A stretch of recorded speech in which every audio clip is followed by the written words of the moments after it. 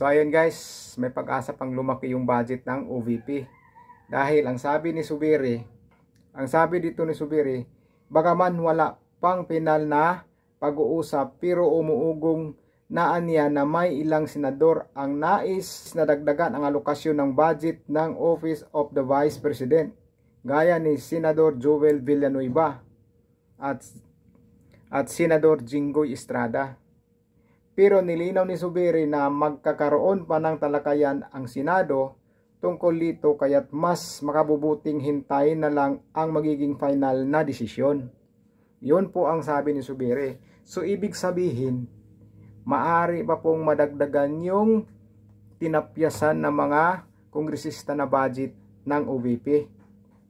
Dahil marami pa pong senador na ayaw nilang tapyasan yung pundo. Kaya sobrang liit naman po kasi ng binigay.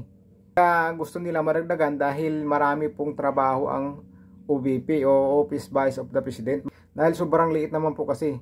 Kaya napakaliit ang binigay dahil pinagkaisahan po si VP Sara ng mga ibang congressman. Ilan lang po yung kumakampi sa kanya. Ilan lang po. Iniipit po nilang budget. Pero pag sa kanila ang budget, pasagad, wala nang tanong-tanong. Ang magtanong, wala.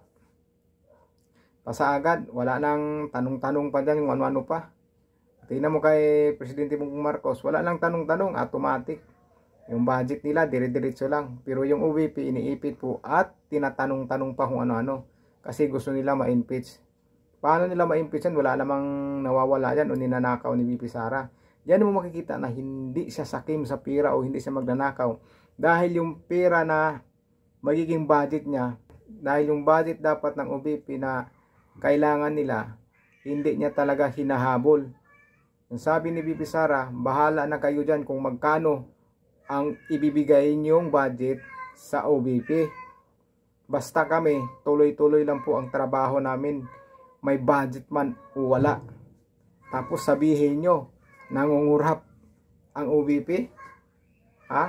Kung iba ba yan, talagang ipinaglaban na yung pira na yan. Pero si VP Sara, hindi. Pinabayaan na lang yung mga yan kung magkano ang ibigay nila na budget. Tapos sasabihin nyo, kurap. Hindi natataranta sa pira si OVP. Hindi. Kaya sinabi niya, bahala kayo kung magkano ibigay nyo. Basta kami, magtatrabaho lang kami. Magtatrabaho. Kasi yung iba dyan, gusto nila kakasuhan. Kahit wala namang ginawang kasalanan, hinahanap pa ng butas, ano-ano na lang hinaharap dyan na ganito ginawa, ganyan. Pero yung mga nagtatanong dyan, baka mamaya sila pala yung hindi tama ang paggasto ng mga budget na hawak nila. Dapat lahat imbestigahan.